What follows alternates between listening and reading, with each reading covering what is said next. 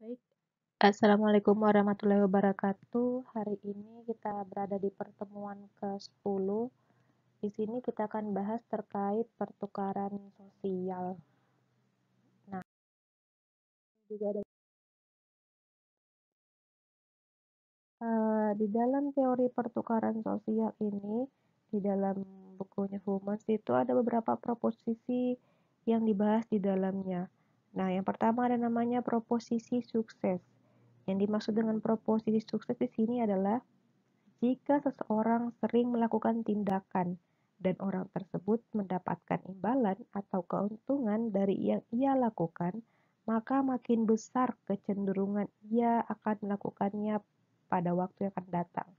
Jadi contoh ini seumpama ada pekerja sosial akan menangani seorang klien yaitu anak yang berantakan. Jadi tujuannya klien mengintervensi anak ini agar setiap pulang sekolah atau setelah menggunakan pakaiannya akan ditaruh di kotak pakaian kotor. Nah, hal kecil tersebut, perubahan perilaku tersebut yang akan dilakukan oleh pekerja sosial akan ada peraturan di dalamnya atau ada pembahasan dengan si klien. Jadi contohnya karena ini kliennya anak, maka Pexos akan memberikan imbalan atau hadiah atau keuntungan kepada anak. Jadi contohnya dalam seminggu Pexos akan meminta anak ini setiap harinya memasukkan pakaian kotornya ke dalam keranjang kotor dan merapikan pakaiannya. Nah, di dalam seminggu ini jika klien berhasil melakukan hal tersebut, maka klien akan mendapatkan contohnya tas baru atau sepatu baru atau apa yang klien inginkan. Dan itu masuk akal sesuai dengan budget si Pexos bisa dibantu oleh orang tua dari si klien. Nah, kedepannya saat kita akan berurusan dengan anak ini lagi, kemungkinan contohnya setelah anak ini berhasil memasukkan pakaian kotornya ke keranjang, kamarnya rapi, kemudian tiba-tiba orang tuanya datang lagi untuk meminta si Pexos mengubah perilaku klien yang merokok. Nah, karena kita sudah pernah berinteraksi dengan si klien dan ada keuntungan yang didapat dalam hubungan atau interaksi kita dengan klien, maka si klien mengingat bahwa dulu dia pernah dikasihkan imbalan atau hadiah sehingga klien akan cenderung mengikuti pengubahan perilaku yang akan kita lakukan dengan membuat klien berhenti merokok. Jadi, yang kita telah lakukan di masa lalu akan membantu kita di masa depan karena klien mempunyai ingatan bahwa dia pernah mendapat imbalan dari apa yang telah dia kerjakan dulunya dengan Pexosnya begitu. Jadi di sini ada kecenderungan si klien akan mengikuti aturan atau mengubah perilakunya karena telah atau pernah mendapatkan imbalan dari apa yang ia lakukan.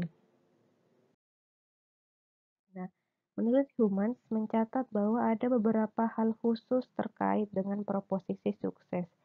Yang pertama, bahwa secara umum benar imbalan yang semakin sering dilakukan mendorong peningkatan frekuensi tindakan. Jadi, saat kita sering memberikan imbalan, bisa jadi mungkin dalam seminggu itu contohnya kita minta dia memasukkan pakaian kotor keranjang. Kemudian bulan berikutnya atau minggu kedua atau minggu ketiga lah, kita minta dia untuk memasukkan sepatunya ke tempat sepatu. Minggu pertama di bulan kedua, kemudian kita minta dia untuk melipat baju. Nah, hal-hal pengubahan perilaku atau tindakan tersebut akan meningkat atau mereka akan semangat melakukannya kalau imbalannya juga semakin sering dilakukan. Nah, contohnya kalau kita mungkin tidak hanya bisa memberikan dengan sepatu baru atau tas baru atau apa yang diinginkan klien, kita bisa memberikan dia imbalan atau keuntungan dengan memberikan pujian. Jadi orang tuanya atau Pexos memberikan pujian jika klien berhasil dalam hari itu dia berhasil melakukan tindakan yang sesuai kita sepakati. Ya, contohnya anak itu berhasil melipat, memasukkan pakaian di keranjang kotor, kemudian menyimpan sepatu di tempatnya. Kita memberikan dia pujian. Kita bilang, wah hebatnya Mi, ya tahu, wah pintar Mi sekarang, besar Mi, enaknya Mi dilihat kalau bersih begitu. Saat kita memberikan dia pujian, dia akan merasa atau terdorong untuk melakukan peningkatan frekuensi tindakan. Jadi dia akan semangat lagi besoknya, malah mungkin meningkat. Yang awalnya cuma kita minta dia 3 melipat, memasukkan pakaian kotor dan masukkan sepatu, mungkin dia akhirnya memperbaiki isi lemarinya. Jadi ada peningkatan dari tindakan yang klien berikan karena adanya dorongan yang sering kita berikan atau pujian-pujian yang sering kita berikan. Nah, kedua, semakin pendek interval antara perilaku dan imbalan, semakin besar kecenderungan seseorang melakukan perilaku tersebut. Jadi, di sini maksudnya kalau seumpama si klien kita dalam seminggu itu kita suruh dia kayak tadi pertamanya memasukkan pakaian kotor di keranjang, kita akan kasih imbalan apa? Minggu pertama mungkin coklat, kemudian minggu ketiga kita minta dia menyimpan sepatu di tempatnya, kita kasih seumpama makanan favoritnya sushi mungkin, kemudian meningkat ke sepatu kah atau tas kah atau baju. Jadi semakin pendek interval imbalan atau keuntungan yang bisa didapatkan dengan si klien ini, dia akan cenderung semakin melakukan hal tersebut, semakin besar dorongannya, semakin semangat dia. Kenapa? Karena dia ingat seminggu lagi saya dapat coklat ini, atau dalam seminggu ini berapa kali bisa dipuji-puji, mamaku sering udah peluk-peluk tersenyum terus, umpama ya, respon dari orang tuanya. Jadi itu akan menjadi dorongan dia untuk semakin melakukan hal tersebut. Namun sebaliknya, jika semakin panjang interval antara perilaku dan imbalan, maka memperkecil kecenderungan si klien melakukan perilaku tersebut. Jadi contohnya, kita minta dia dalam seminggu itu kita masukkan pakaian kotor ke keranjang, tapi hadiahnya kita berikan bulan depan atau mungkin 2 bulan depan saat kita minta lagi perubahan perilaku selanjutnya. Tidak kita berikan sesuai dengan kesepakatan. Saat jadwalnya cuma seminggu, kita berikan ya seminggu itu, jangan lagi diberikan setelah semua pengubahan perilakunya diberikan selama 3 bulan mungkin baru dikasih. Itu akan memperkecil kecenderungan dia untuk bersemangat mengubah perilakunya karena terlalu lama begitu. Terus intinya dari proposisi sukses ini adalah imbalan tidak teratur yang diberikan kepada seseorang atau klien menyebabkan berulangnya perilaku. Jadi, saat kita memberikan dia imbalan-imbalan atau keuntungan-keuntungan kepada klien, contohnya dengan pujian, kemudian kita kasih coklat, tapi karena dia semakin bagus, malah awalnya kita mungkin jadwalkan dia berubah 3 bulan, tiba-tiba dia dalam 2 bulan itu pesat perubahannya begitu.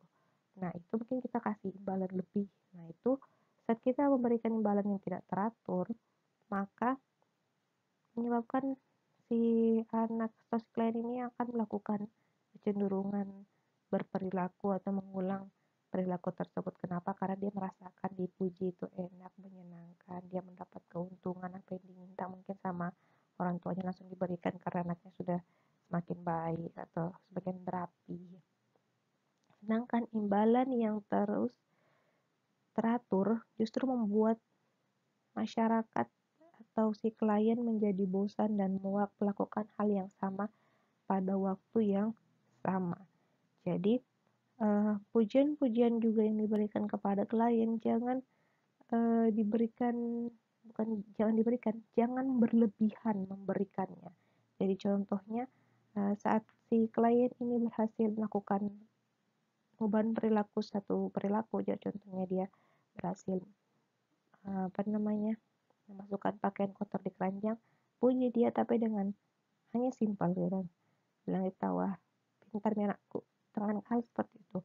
Saat dia berhasil melakukan 3 Perubahan perilaku sekaligus kayak sudah dia berhasil memasukkan pakaian kotor, sepatunya dirapikan, kemudian dia melipat, barulah kita bisa memberikan mungkin lebih dari 2 pujian atau kita sambil peluk anak tersebut untuk kedua untuk orang tuanya atau bahkan peksos. Nah, hal tersebut saat kita selalu melakukan itu, saat dia melakukan perubahan perilaku, itu akan membuat anak atau klien tersebut itu menjadi bosan dan muak karena akhirnya dia merasa jenuh dengan perilaku-perilaku bahwa pasti saya akan dipeluk sebentar, pasti akan dipuji sebentar.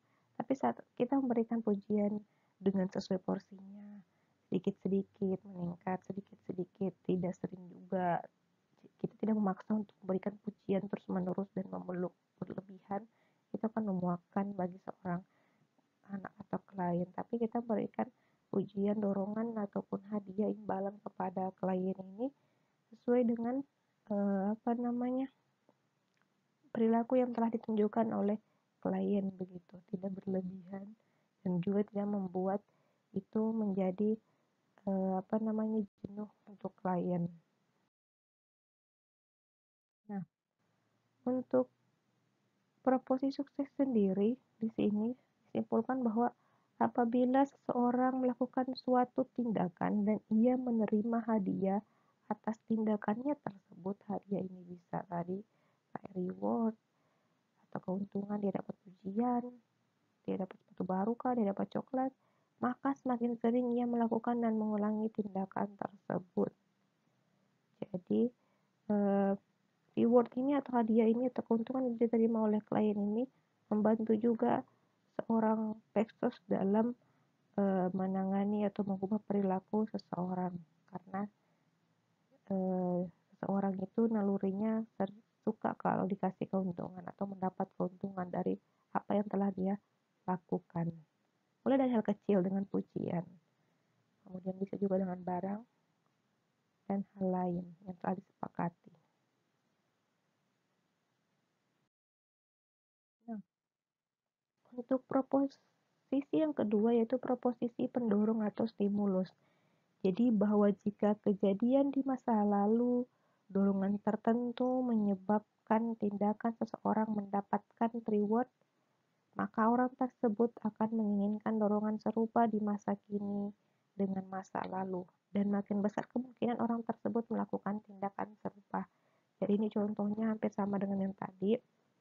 Ini saat kita sudah tangani masalah kurang rapinya klien. Kemudian beberapa tahun kemudian kita ketemu lagi dengan masalah rokoknya klien. Nah, saat orang tua minta kita memperbaiki atau mengubah perilaku anak yang merokok ini, ada namanya proposisi pendorong atau stimulus yang akhirnya anak itu akan dapatkan karena diingat, oh itu peksosku dulu yang pernah tangani tidak rapiku, seingat sekali pernah dapat tas baru kah, saya ingat sekali dapat pujian juga, atau saya ingat pernah dapat coklat dari peksos tersebut, dan sekarang dia mau ubah perilakuku dengan tidak merokok lagi atau mengurangi konsumsi rokok. Kemudian dia akan ingat pernah dapat reward dan kemungkinan dia akan mengikuti aturan yang akan kita buat atau pengubahan perilaku yang akan kita lakukan. Kenapa? Karena ada dorongan masa lalu yang dia ingat bahwa dia pernah mendapatkan reward atau hadiah dari peksos tersebut. Jadi kemungkinannya anak tersebut akan semangat dan antusias dalam pengubahan perilaku selanjutnya. Yang ketiga ada namanya proposisi nilai. Jadi bahwa jika seseorang merasa sesuatu tindakan semakin bernilai bagi dirinya, maka makin besar kemungkinan ia akan melakukan tindakan tersebut. Jadi di sini saat si klien merasa bahwa dengan berhenti merokok saya akan lebih sehat, kemudian orang tua saya senang, saya bisa daftar polisi atau TNI sesuai dengan cita-cita dia. Nah, saat dia merasa bahwa pengubahan perilaku atau tindakan yang akan dilakukan itu bernilai, maka makin besar kemungkinan dia akan berjuang untuk berhenti merokok. Jadi, proporsi nilai ini juga menguntungkan bagi peksos. Kita harus lihat kira-kira apa yang bernilai di klien yang bisa kita kaitkan dengan perubahan perilaku. Jadi contoh, kita tahu si klien mau mendaftar TNI atau polisi, atau mungkin cita-citanya berhubungan dengan ada tes fisik, tes kesehatan. Jadi kita bisa membuat dia berpikir kembali bahwa kalau kamu ingin mencapai cita-cita tersebut, harus berhenti merokok. Kenapa? Ini bagus untuk kesehatanmu. Kemudian ada tes kesehatan nantinya, jadi bisa menolongmu di tes kesehatan saat lari tidak ngos-ngosan kalau berhenti merokok. Dan dia akan berpikir, oh iya, akan ada nilai plus yang dia dapat kalau berhenti merokok, bukan cuma karena orang tuanya tidak suka dia merokok atau mungkin peksos mau dia tidak merokok, tapi ada juga keuntungan yang bisa dia dapat dan bernilai di dirinya. Kemudian yang keempat ada namanya proposisi agresi pujian. Jadi dua proposisi ini, yakni jika seseorang tidak mendapatkan reward atau hadiah yang ia harapkan, atau mendapat hukuman yang tidak diharapkan, maka ia akan marah dan semakin agresiflah tindakannya selanjutnya. Jadi, menurut Tom Homans ini, bahwa di proposisi ini, jadi jika si klien sudah tidak mendapatkan hadiah sesuai yang dia harapkan, yang sesuai yang disepakati, seumpama dia maunya dapat sepatu baru, kemudian dia malah mendapatkan hukuman karena dia tidak berhasil berhenti merokok, maka dia akan marah dan akan lebih agresif kepada si peksosnya atau orang tuanya. Sedangkan pernyataan lainnya, jika seseorang mendapatkan reward atau hadiah yang lebih dari yang diharapkan, contohnya tadi mungkin dia dapat coklat, tiba-tiba dia dapat lagi coklatnya yang dulunya 1 dikasih jadi 5 sekarang, atau mungkin dikasih sepatu kemudian dengan baju, dan tidak menerima hukuman seperti yang ia bayangkan, maka ia akan puas dan melakukan tindakan yang telah disetujui. Jadi dalam proposisi ini, si klien akan lebih senang kalau dia mendapatkan hadiah keuntungan dan tidak mendapatkan hukuman, dan dia akan sangat marah kalau dia sudah mendapatkan hukuman dan juga akhirnya dia tidak mendapatkan keuntungan atau hadiah yang dia inginkan. Begitu menurut si proposisi ini. Karena ada beberapa peksos, dua jenis peksos biasanya. Ada yang hanya memberikan reward tanpa memberikan punishment terhadap proses pertolongannya. Ada juga peksos yang saat dia memberikan reward akan ada punishment juga jika klien tidak melakukan hal tersebut. Kenapa? Karena ada dua pertimbangan ini. Ada peksos yang merasa bahwa kalau dia kasih hukuman mungkin akan membuat klien marah, kemudian tidak akan melanjutkan proses intervensi. Ada juga merasa bahwa punishment atau hukuman itu penting agar si klien tidak atau komitmen untuk mengubah perilakunya, karena si klien akan menghindari hukuman tersebut. Di proposisi kelima selanjutnya ada namanya proposisi rasional. Di sini bahwa orang akan melakukan tindakan atau tidak tergantung pada persepsi mereka tentang peluang sukses. Jadi di sini seorang klien akan lebih rasional lagi, berpikir lagi tentang tindakan atau tidak tergantung pada persepsi mereka atas peluang sukses. Di sini pada dasarnya orang akan menelaah atau melakukan kalkulasi, itu akan memperhitungkan atas berbagai tindakan alternatif yang tersedia baginya. Nah, mereka akan membandingkan jumlah imbalan yang dia dapatkan dari setiap tindakannya, kemudian memusatkan perhatiannya pada proses pembuatan keputusan. Jadi, saat kita memberikan opsi-opsi dalam penyelesaian merokok klien, contohnya kita akan kasih pengubahan perilaku pertama, di mana klien akan mengurangi jumlah konsumsi rokoknya. Jika sehari 5 batang akan jadi 3 batang atau 2 batang. Nah, itu dia akan memikirkan kira-kira lebih banyak keuntungan atau malah kerugian yang akan dia dapatkan. Kemudian dia akan lihat reward apa yang akan dia dapat setelah dia berhasil melakukan pengubahan tersebut. Nilai apa yang akan dia dapatkan. Nah, setelah mereka berpikir atau menelaah, mereka pun mengkalkulasikan kecenderungan bahwa mereka benar-benar akan menerima imbalan. Nah, imbalan yang bernilai tinggi akan hilang nilainya jika aktor menganggap bahwa semua itu cenderung tidak akan mereka peroleh. Jadi contoh, si Paxos sudah bukan Paxos menjanjikan memberikan PS5 itu nilainya memang tinggi dan akan hilang karena si klien yang memang akan rasional berpikir, nggak mungkin ini Paxos bisa belikan ke PS5 begitu, bayaran saja berapa, untuk saya tidak belikan begitu. Jadi saat kita menjanjikan hal-hal atau imbalan-imbalan yang besar, padahal sebenarnya itu cuma PHP, omongan kita saja biar klien itu semangat, itu malah akan tidak bernilai di mata klien karena dia akan rasional atau berpikir bahwa itu tidak mungkin. Sebaliknya, imbalan yang bernilai rendah akan mengalami pertambahan nilai jika semua itu dipandang sangat mungkin diperoleh. Jadi contohnya kita ganti PS5 itu dengan yuk kita tahu bahwa klien ini suka camping, kita ajak dia camping di pinggir pantai dengan keluarganya. Nah, hal ini mungkin bernilai rendah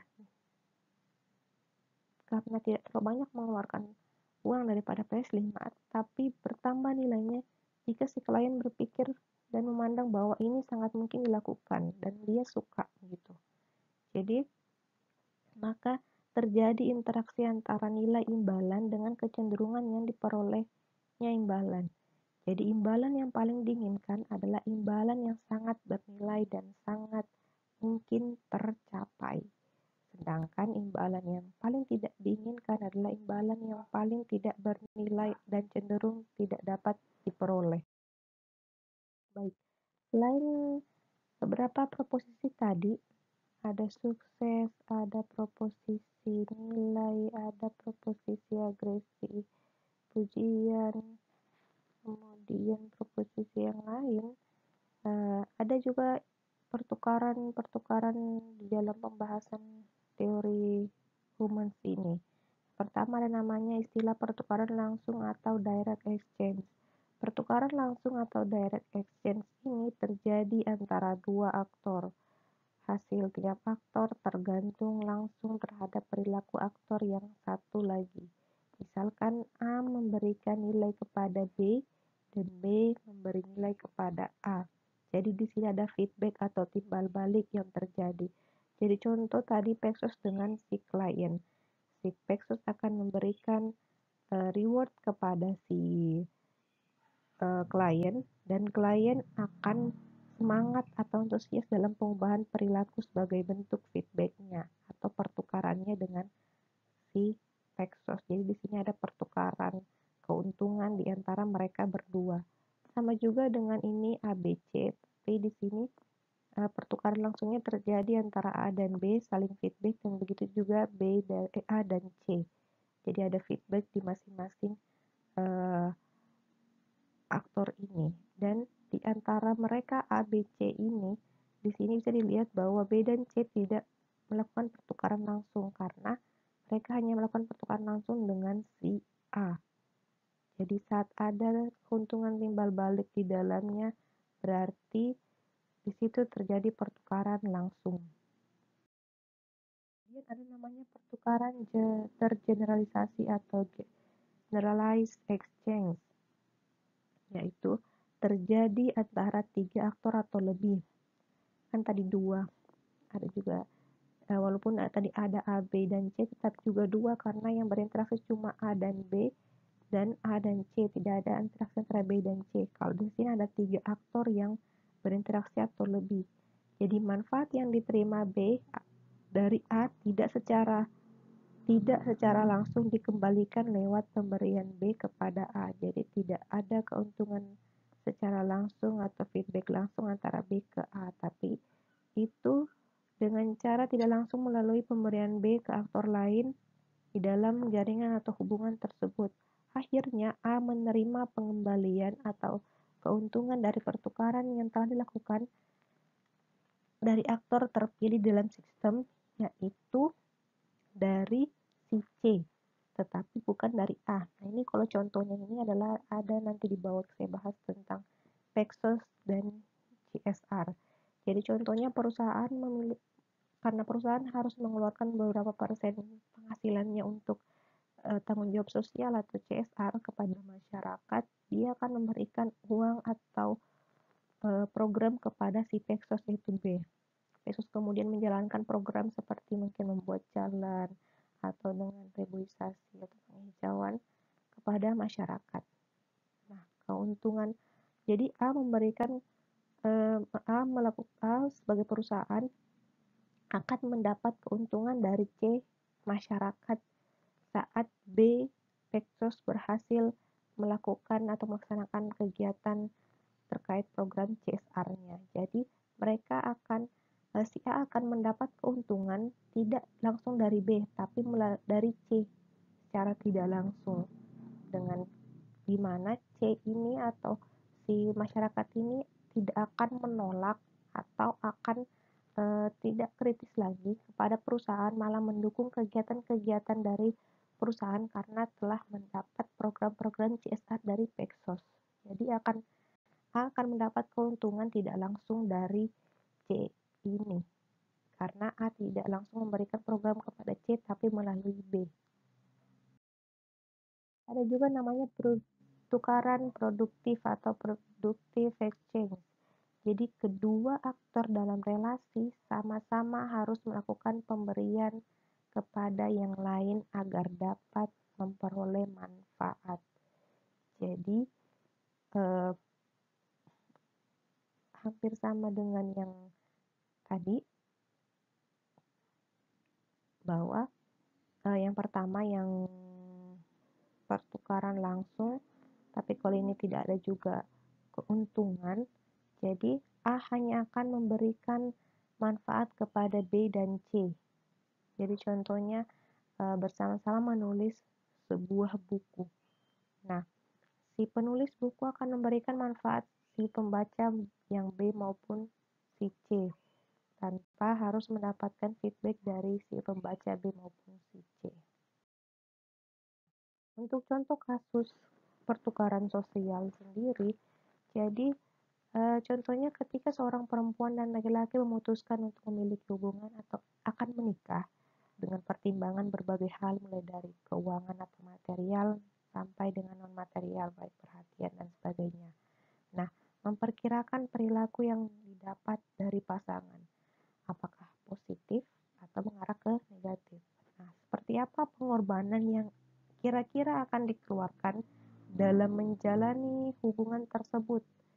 Jadi, jika salah satu atau bahkan keduanya merasa bahwa akan lebih banyak pengorbanan, kemudian kurang sekali positifnya, lebih banyak negatifnya, maka mereka akan memilih untuk berpisah ketimbang melanjutkan, karena individu atau seseorang itu cenderung akan mencari keuntungan dalam suatu hubungan dengan seseorang atau interaksi dengan seseorang. Jadi di sini kemungkinan hubungan tersebut akan berakhir dan mereka akan mencari hubungan dengan orang lain yang dirasa sedikit memerlukan pengorbanan namun membawa dampak positif yang banyak. Ilustrasi yang lain digambarkan pada kehidupan orang yang berpasangan. Jadi, hubungan terjalin karena adanya pertukaran sosial antara keduanya dan adanya kesepakatan, adanya dorongan, adanya nilai, ataupun adanya rasional yang terbentuk di antara keduanya untuk melanjutkan hubungan tersebut. Namun, untuk saat ini banyak sekali kasus hubungan yang berakhir pada perceraian dan perceraian sudah dianggap tidak tabu lagi. Bahkan perceraian merupakan keputusan termudah untuk memutuskan tali perkawinan. Jadi di sini ilustrasi atau contoh kasus kedua, kalau yang pertama mereka sebelum menikah akhirnya memilih untuk mending diberhentikan saja, tidak diteruskan karena merasa dampak negatifnya lebih banyak, pengorbanannya lebih banyak ketimbang positifnya. Kalau di ilustrasi kedua, di sini mereka akhirnya memutuskan berpisah malah setelah mereka menikah. Akhirnya perceraian terjadi. Dulu itu perceraian agak tabu, orang akan lebih cenderung berpisah ranjang saja dan harus bercerai. Kalau sekarang malah langsung memilih bercerai karena tidak tabu lagi, dan ini menjadi salah satu alternatif bagi seseorang atau kedua orang yang biasanya memaksakan untuk melanjutkan hubungan yang mereka tahu bahwa dampak negatifnya lebih besar. Jadi saat mereka melanjutkan hubungan tersebut dan ternyata mereka tidak berhasil melewati karena banyak pengorbanan yang harus mereka keluarkan, akhirnya mereka memilih untuk berpisah. Kenapa hal tersebut terjadi? Karena tadi menurut Humans ini ada teori pertukaran sosial di mana seseorang akan lebih cenderung mencari keuntungan. Walaupun di dalamnya ada pengorbanan, walaupun di dalamnya ada ganjaran yang harus dia dapat, tapi seseorang akan cenderung ke keuntungan. Tidak apa-apa dapat ganjaran atau pengorbanan, tapi tidak sebanding dengan keuntungan yang akan dia dapat. Contoh lain, di sini ada contoh yang tadi saya bahas tentang CSR, yaitu di sini Pexos Makro. Jadi seorang Pexos yang bekerja di bidang industri atau di program CSR di perusahaan, ini dapat menggunakan teori ini untuk menjelaskan kepada masyarakat maupun ke perusahaan bahwa ada namanya pertukaran sosial, di mana antara perusahaan yang berdiri di situ harus memberikan keuntungan kepada si masyarakat. Di situ juga akan ada pengorbanan yang dilakukan oleh si perusahaan dengan mengeluarkan uang biaya terhadap masyarakat program tersebut, kemudian ada ganjaran. Nah, kalau si perusahaan tidak melakukan program CSR atau mengeluarkan beberapa penghasilannya 10% kepada masyarakat, dia akan mendapat hukuman dari pemerintah. Nah, di sini mengapa masyarakat di sekitar perusahaan awalnya menolak kritik pada perusahaan? Karena menimbulkan kerugian dari aspek lingkungan, mungkin pencemaran, limbah, udara polusi, jalanan jelek, sedangkan ada perusahaan besar terbangun di daerah tersebut. Nah, kemudian berubah menjadi korporatif. Jadi saat si perusahaan mau korporatif atau bekerja sama, melakukan program CSR, mengeluarkan dananya untuk pembangunan riset tersebut agar jauh dari polusi, agar tidak tercemar, agar jalanannya bagus. Hal ini akan menjadi keuntungan bagi masyarakat dan juga sebenarnya keuntungan bagi perusahaan, karena perusahaan akan tidak ditolak lagi dan dikritik lagi oleh masyarakat. Jadi hal ini dikarenakan telah terjadi pertukaran sosial antara perusahaan dengan masyarakat yang berada di sekitar perusahaan. Jadi ada pertukaran di dalam situ, ada keuntungan yang didapat oleh masyarakat dan juga akhirnya juga kepada perusahaan secara tidak langsung dari Pexos yang telah memberikan program yang uangnya dari perusahaan. Nah, kesimpulan dari teori pertukaran sosial ini memandang bahwa hubungan interpersonal sebagai suatu transaksi dagang. Jadi, teori pertukaran sosial ini sama dengan transaksi dagang. Ada keuntungan di situ saat kita berhasil menawar. Orang berhubungan dengan orang lain karena mengharapkan sesuatu yang memenuhi kebutuhannya dan saling memuaskan kedua belah pihak. Ya tadi saya bilang ada kecenderungan seseorang itu akan mencari keuntungan, akan mencari hal-hal yang positif yang bisa dia dapatkan, yang dapat dia puas karena hal tersebut. Sehingga ada 4 konsep pokok dalam teori ini. Ya tadi ganjaran, ada juga keuntungan, dan hasil yang diharapkan ada 3 dengan konsepnya, bukan 4. Oke, sekian. Jika ada yang tanyakan, silakan bertanya di grup WA. Terima kasih. Assalamualaikum warahmatullahi wabarakatuh.